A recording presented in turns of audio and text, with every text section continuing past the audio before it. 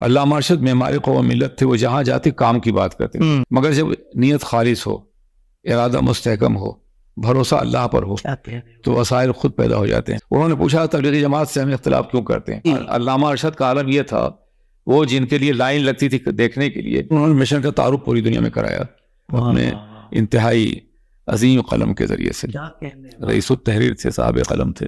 مجھے حضرت نے دیکھا تھا مختلف کانفرنسز میں، اور جامعۃ الاشرفیہ کو یونیورسٹی بھی جب بنانے میں جب رول ادا کیا تو اس میں ایک نمایاں رول تھا میرا۔ جہاں جہاں درس دیا ہے میں نے وہاں مسجدیں بن گئی۔ 1972 میں دار ارقم میں اس وقت موجود تھا، مکہ مکرمہ میں ایک میٹنگ ہوئی تھی، صحیح، جس میں پاکستان میں کے علماء میں علامہ نیائی صاحب، نورانی میاں صاحب قلعہ، اور ہندوستان میں علامہ ارشد القادری رحمۃ اللہ علیہ تھے۔ علامہ ارشد معمار قوم ملت تھے، وہ جہاں جاتے کام کی بات کرتے تھے۔ ورلڈ اسلام مشن کے بارے میں وہاں گفتگو ہوئی، اور یہ ہوا کہ ہماری مجبوری یہ ہے کہ ہمارے علماء اپنی علم و فضل کے اعتبار سے بہت باصلاحیت ہیں، مگر دنیا میں انہیں تعارف کا موقع نہیں ملا۔ ان کا کوئی ایسی تنظیم ہونی چاہیے کہ جو اپنے علماء کو دنیا بھر متعارف کرا سکے، اور اہل سنت والجماعت کا کہ وہ جو رجحانات جو بریلی شریف میں موجود ہیں پوری دنیا میں عام ہو سکے۔ لیکن وہ تنظیم کہاں ہو؟ اگر پاکستان میں تو ہندوستان میں نہیں جا سکتے، ہندوستان میں ہو تو پاکستان میں نہیں جا سکتے، عرب ممالک اس کی اجازت نہیں دیں گے کہ وہاں کوئی تنظیم قائم کی جائے۔ تو یہ ہوا کہ اس کے لیے سب سے بہتر جگہ برطانیہ ہو سکتی ہے۔ واہ واہ واہ، مگر برطانیہ میں کیسے آئے، کیا شکل ہو، یہ کچھ بھی پتہ نہیں تھا کسی کو۔ مگر جب نیت خالص ہو، ارادہ مستحکم ہو، بھروسہ اللہ پر ہو تو وسائل خود پیدا ہو جاتے ہیں۔ سبحان ہوا یہ کہ علامہ ارشد القادری ایک کتاب لکھی، تبلیغی جماعت، اور یہ کتاب لکھی انہوں نے برطانیہ کے ایک عالم کے سوال کے جواب میں۔ وہ ابھی موجود ہیں ڈربی میں، مولانا قاری اسماعیل ان کا نام ہے، بہت بوڑھے ہو گئے ہیں۔ انہوں نے پوچھا تبلیغی جماعت سے ہم اختلاف کیوں کرتے ہیں؟ اس پر ایک پوری کتاب لکھی انہوں نے۔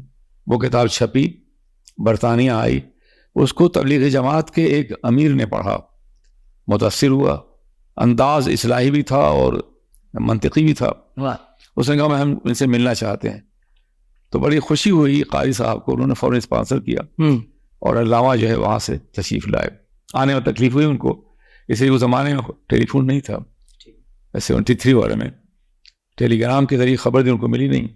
وہ آئے ایئرپورٹ بیٹھے ہوئے، کوئی لینے کے لیے گئے، انگلش جانتے نہیں تھے وہ۔ تو رات کو ایک پولیس والا کہ بھائی آپ کیوں بیٹھے ہوئے یہاں؟ تو انہوں نے اپنا پتہ دکھا دیا، مجھے یہاں جانا ہے۔ تو انگلش پولیس والے نے کار کیا، ٹیکسی، اس کو پیمنٹ کیا اور ان کو بٹھا دیا، اور یہ کہا کہ آپ جہاں جائیں وہاں پولیس اسٹیشن میں اس کی رقم پے کر دیجیے گا۔ اور رات کو یہاں پہنچے، بہت ہی کام کیا، ایک لمحہ بھی ضائع نہیں کرنا چاہتے تھے وہ۔ صحیح، صبح ہوئی تو کہا کہ ٹھیک ہے، تلاش کرو ایسے لوگ جو کام کرتے ہیں۔ بہت اچھے۔ تو اس وقت 2 پیر صاحبان تھے یہاں، پھر اودیسی پیر معروف صاحب۔ پہلے آپ وہاں گئے، برمنگم ڈربی سے قریب ہے، ان سے بات کی کہ ہم نے مشن قائم کرنا ہے۔ تو انہوں نے بڑی صفائی سے کہا کہ حضرت ایسا ہے کہ ایک آدمی 2 تحریک کا وفادار نہیں ہو سکتا۔ میری اپنی تحریک نقشبندیہ ٹرسٹ ہے، آپ کے ساتھ میری تمام حمایتیں ہوں گی، بہت اچھا، جہاں بھی کام کریں گے، جو بھی میری ضرورت ہے میں حاضر ہوں، لیکن شامل نہیں ہو سکتا۔ اس کے بعد وہ بریڈفرڈ آئے، اور پیر معروف صاحب قبلہ نے ان کو اپنے تبلیغ الاسلام کے مرکز میں، چھوٹا سا ادارہ ہے وہاں، ایک گوشہ انہیں دے دیا۔ پھر انہوں نے مشن کا تعارف پوری دنیا میں کرایا اپنے انتہائی عظیم قلم کے ذریعے سے۔ رئیس التحریر تھے، صاحب قلم تھے، سبحان اللہ۔ اور چند دنوں کے اندر ہی شہرت جو ہے پوری دنیا میں ہو گئی۔ علامہ کو فکر یہ ہوئی کہ ہمیں کوئی جگہ حاصل کرنی چاہیے، چنانچہ کچھ لوگوں کو لے کر کے وہ پورے شہر میں گھومتے تھے، بریڈفرڈ میں فور سیل کی تختیاں دیکھتے تھے، قیمتیں پوچھتے تھے۔ ایک چرچ بک رہا تھا، میتھوڈسٹ چرچ، وہ اس پہ کہا یہ بہت مناسب ہے کسی مرکزی ادارے کے لیے۔ چنانچہ وہ کچھ لوگوں کو لے کے چرچ کے پادری کے پاس پہنچی، اس کا مالک بھی تھا، کہا یہ ہمیں خریدنا ہے، قیمت کیا ہے؟ قیمت 50,000 ہے۔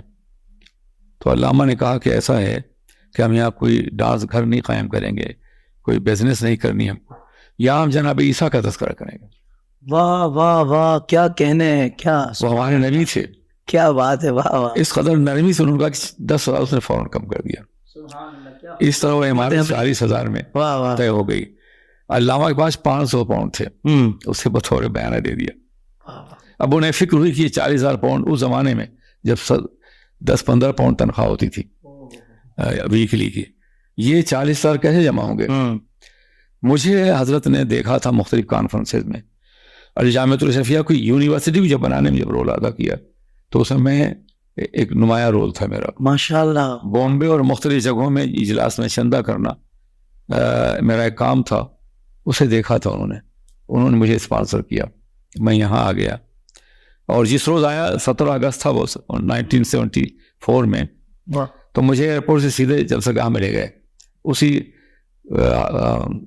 چرچ کے ہال میں جلسہ تھا. 2 بڑے ہال تھے, 17 بڑے کمرے تھے اس میں.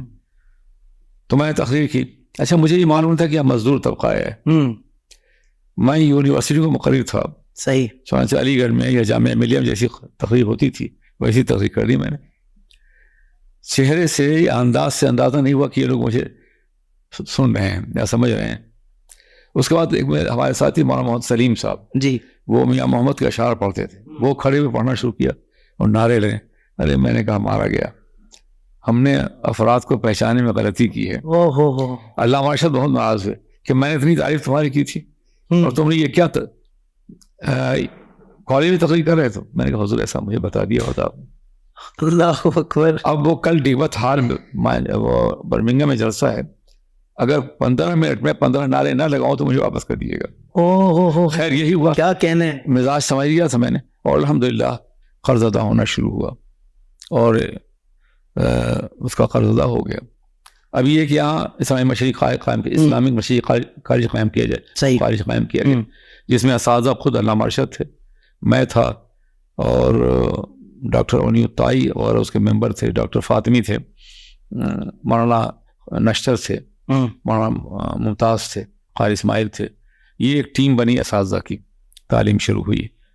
اور اس میں آپ نے نام سنا ہوگا ممتاز اور گل نواز کا, یہ دونوں بہت بڑے تاجر ہیں ہوٹلوں کے, یہ دونوں اسٹوڈنٹ تھے ہمارے. اچھا. تو وہاں سے کام شروع ہوا, اور پھر علامہ ارشد رحمۃ اللہ علیہ کو کچھ مشکلات پیش آئیں تنظیمی امور کے سلسلے میں, پھر وہ چلے گئے. مجھے بھی لکھا تم بھی چلے آؤ.